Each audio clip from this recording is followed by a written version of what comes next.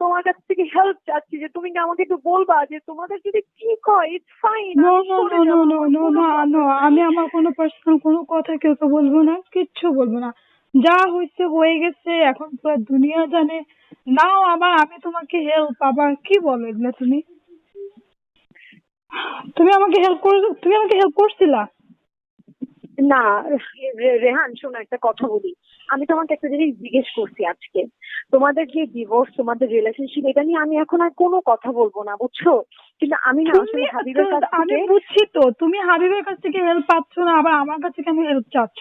আমি কেন? আমি হেল্প চাচ্ছি না, আমি হেল্প এইমাত্র চাচ্ছি না, আমি না বললাম। তোমাকে, আমি বল, হ্যাঁ আমি এই ব্যাপারে না help আসলে করবো, না তিশা, তুমি আমার শুধু কিছু আমাকে করার বলো। নাই জানো। আম সরি, শোনো, এমনি ঠান্ডা মাথায় বলতেছি, তুমিও ঠান্ডা মাথায় শোনো। আমার না কিছুই করার নাই তোমাদের এই তুমি আমাকে কি এতটুকু বলতে পারো? আমি তো জানি হাবিব তোমার সামনে, ইটস ভেরি নর্মাল। হাবিব কিন্তু আমাকে একটু আগে টেক্সট করছে